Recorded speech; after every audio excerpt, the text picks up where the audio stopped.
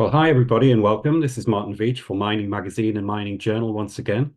With me, I've got a very special guest in the studio today, Sahiba Sachdeva. Now, Sahiba is the VP of Business Development at Descartes Labs. So we're going to be talking about all things geospatial, remote sensing, data science, and all some of the most cutting-edge technologies as they relate to modern mining. Sahiba, welcome. Hi, Martin. Thanks for having me. I understand you're joining us all the way from very glamorous Washington, D.C. I'm in rainy London. Yeah, I don't know about glamorous, but it certainly is a busy place these days. Why don't you tell us a little bit about the company, its history, and where you are today in the mining sector? Yeah, absolutely. So Descartes Labs was founded actually by a group of scientists coming from the Los Alamos National Labs in New Mexico. And folks might be familiar with Los Alamos from the movie Oppenheimer, although that, wasn't really what they were focused on. Um, Essentially, our founders observed that there was a growing number of sensors for remote monitoring of this Earth being launched all the time. And there wasn't adequate technology infrastructure to really work with that data effectively, much less get the value that was promised from it. So they founded our company to establish that technology. We have, and of course, our engineering team has continued to refine upon it and build upon the technology over time. And we have the world's 40th most powerful supercomputer available at our disposal today.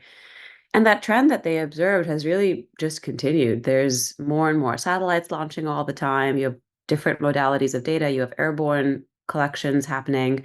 The complexity of the data and metadata continues to grow. The spatial and spectral resolution of data continues to become finer. And so, working with that data is continues to be just very difficult to do. We're talking about really big data over here. Actually, a client of ours was joking yesterday that people think they understand how big this data is, but they don't. It's kind of like when you think, oh, I can be a billionaire, but you don't really know what that means. I couldn't even imagine it actually, Sahiba, but yeah. Yeah, so the size of these data sets are actually huge. And we have some clients who've spent millions of dollars on data sets sometimes, and they can't even work with them effectively until they bring them into our technology suite. Um, so, all of that is to say, the technology that we have is very advanced, but what do you even use it for? What do you use remote sensing for? And we use it in a number of industries. Certainly defense, but also things like natural catastrophe response, agriculture, and mining, which is what we're talking about today, of course. And in mining, we use it for a number of use cases. Mineral exploration is a major one. So looking for areas to target during field campaigns and drilling campaigns. And then also operations monitoring, safe operations monitoring, and then finally rehabilitation and closure monitoring. And you've been in, I mean, your organization has been in geospatial since I think about 10 years. Is that correct? Yep, that's right. So yeah, we were founded about 10 years ago, and have been working at this ever since. And tell me, how widely deployed is this stuff? I mean, is it typically for the elite? As you talk about those data sets, accessing those, managing them, having the infrastructure to deal with those can be challenging for many organizations. How widely deployed would you say geospatial has been? So it's interesting you asked that. And I would say that the level of use really varies by the use case. So in mineral exploration, for example, we do see a fairly large community of users who are advocates for using remote sensing. But even so, there's been folks over the years who have overpromised what remote sensing can do, and there are some parties who have been disillusioned. And so sometimes when we are talking to folks about this technology, we do have to sort of educate on what is really possible, which is plenty. But that is sometimes something that we have to get after. And our company has always been very firm on adhering to scientific ethos and principles, but we never would mislead or overpromise on what's really possible with remote sensing. And so we do have a really strong reputation in this industry. And a lot of trust with our clients, which is fantastic, but something that we have really earned over the 10 years that we've been doing this. Now, in other use cases like operations monitoring, I think that it is still pretty there's plenty more that can be done there. I think we're sort of early in that. There are some use cases that are fairly established, like monitoring of um, tailings dams using INSAR data. Now, I would say that, what we consider remote sensing to be complementary to monitoring that's already happening on the ground.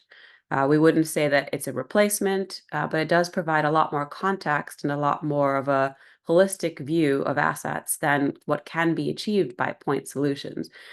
So, for example, with a tailings dam, you will have individual sensors placed on the ground along the wall, but remote monitoring is almost like blanketing the entire dam wall in sensors. So it it adds a lot more context to what you can do on the ground. Then I would say for rehabilitation and closure, it's really early. I think a lot of metrics are around things like tree count and volume of vegetation. A lot of the metrics are geared towards physical, manual measurement and not around remote measurement. So I think everyone understands that remote measurement is certainly the way to go for areas that are difficult to access or don't get as much foot traffic as they did in their operational heyday. But we have a way to go to work with regulators in terms of figuring out what metrics are really going to be meaningful for those use cases. Yeah, absolutely. But to go back a little, you talked about the sheer scale of these data sets. For those organizations that don't own or don't have access even to these very large data sets, or they don't have the engineering know-how, the programming skills, the data science folks who are incredibly in demand and thin on the ground at the moment, what's the situation for these guys? Is there a way to bridge the gap? Yeah, absolutely. So a number of the data sets that are used in these use cases are actually free. They're being collected by governments, by the European Space Agency or NASA or other agencies. The German and Italian space agencies have come out with hyperspectral data sets that are free for use today. So there is a lower barrier to entry from a cost perspective on some of these use cases. Still, though, I mean, from these agencies, you can get the data in raw form, but the know-how around how to process it and make it analysis ready, how to stitch together scenes that are side by side, and then how to actually get insights from that data is fairly niche. There are folks who study remote sensing and know how to do this, um, but it is definitely a specialized field. So what we really focus on is making that as accessible as possible. So all of the data available in our catalog is going to be already pre-processed and made analysis ready for end users, or we will have, put them into end user applications where analysis of that data is sort of more of a point and click experience versus a data science experience.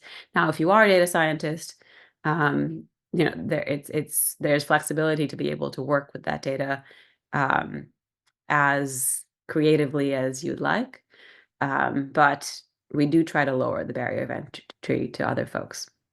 Yeah, and I know also while we're talking about these incredibly complex technological phenomena, tell me a little bit about where we are with some of these kinds of techniques today and where they're going to go next.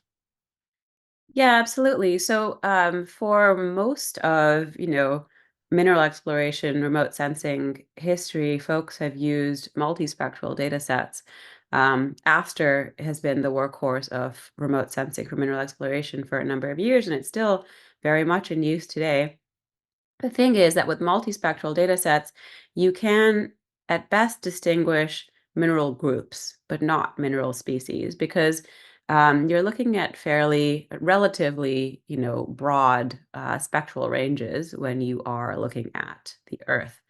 Now, with hyperspectral data set, you have access to hundreds of spectral bands. It gives you a lot more granularity in terms of what you're looking at. you're now able to distinguish mineral species as opposed to um, mineral groups. And we have a blog post on our website, sort of a case study over cuprite. And, if you look at it with the multispectral data, it's hard to tell whether what you're looking at is alunite or dicite or kaolinite. But then you look at it with the hyperspectral data and you're able to start to distinguish those, which gives a lot more detail to geologists when they're looking at a site. And the availability of hyperspectral data is essentially giving us the chance to relook at the entire world all over again and learn much more about each site that we previously thought we knew and understood. Tell me a little bit about the products that you have today. I know charmingly named products, Iris and Marigold, always feature very highly here. What's the product development plan, and what's coming next in those product lines? Yeah, so Marigold is our product for mineral exploration, and uses remote sensing, multispectral and hyperspectral data sets. Um, the hyperspectral capabilities that we have in there are fairly new, and the thing that we're very excited about, and um, are continuing to refine for our client base today. We built the hyperspectral processing capabilities into Marigold really when our clients made a very strong case for us to do so. They sort of challenged us to do so, and they said, that we've looked around at the market, looked at the industry, and we don't think anybody else can do this if you guys can't do it. So you really have to do it. And we, rose to that challenge, and I think have been I've just been very excited. I think everyone's very excited about what is possible now in Marigold with the hyperspectral capabilities. And so that's really going to be our focus for the near term, is continuing to develop and refine what we can do with the hyperspectral data. Iris is our product for operation safety monitoring. So right now it is focused on monitoring tailings dams and monitoring motion and deformation on tailings dams. Of course, it can be deployed towards other assets as well. And we are working with we Iris is actually fairly new. We came out with this user interface to be able to interact with the ground deformation data just this year. And we are working with our clients on refining the user experience and starting to bring in additional metrics that would complement their understanding of the tailings assets. So whether that's, pond monitoring or vegetation on the dam wall, we're working with them to understand what will be the most relevant and helpful metrics for them to monitor and bringing those into the interface. Yeah, tell me about the philosophical differences in what we do with all this data and the incredible scale of these assets we have at our disposal now, opposing that ethos of data is king and all of these cliches, and replacing it with practical, actionable insights that can be derived from data. Tell me a little bit about the difference in those two philosophies as you see them. Yeah, it's just that we've found that it's very difficult to get insights from that data unless you really know what you're doing. Um, So we do try to provide as much of an on rails experience, as much guidance and training and um, you know, specific workflows for the use case to our clients so that they can make the most of that data. Because if you don't know what you're doing, you can get results that could be misleading to you, and then you waste your time and energy, right? So we really do try to provide much more of an on-rails experience than what you can get if you just had the data. The data is, of course, very powerful, and we're sort of spoilt for choice these days. There's more and more coming online all the time. It's just not enough, I think, without the analytics to complement that data.